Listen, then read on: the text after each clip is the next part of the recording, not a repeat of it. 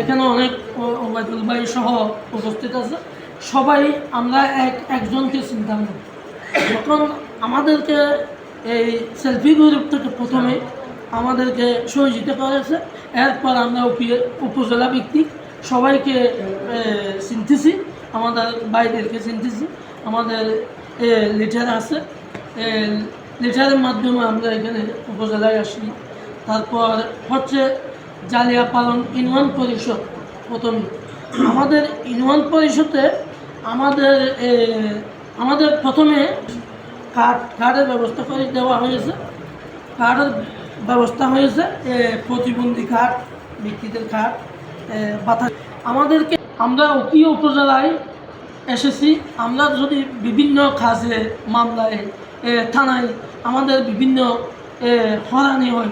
হয়রানি বলতে গেলে আমাদের প্রতিবন্ধী ব্যক্তিরা যারা আছে তারা যদি এখানে যায় আমাদেরকে সারা কম দেয়, ঘৃণা করে আমাদেরকে। আমরা যদি প্রতিবন্ধী বলে আমাদের কথা একটু কম শুনে তারা কম শুনে, এই কম শোনার লক্ষ্যে আমাদেরকে শিক্ষা দিয়েছে কীভাবে কী করতে হবে। আমরা প্রথমে জালিয়াপালং ইউনিয়ন পরিষদে আমাদেরকে সরকারি মাধ্যমে পিজিটি কার্ড দেওয়া হবে। পিজিটি মানে শরীরের কার্ড।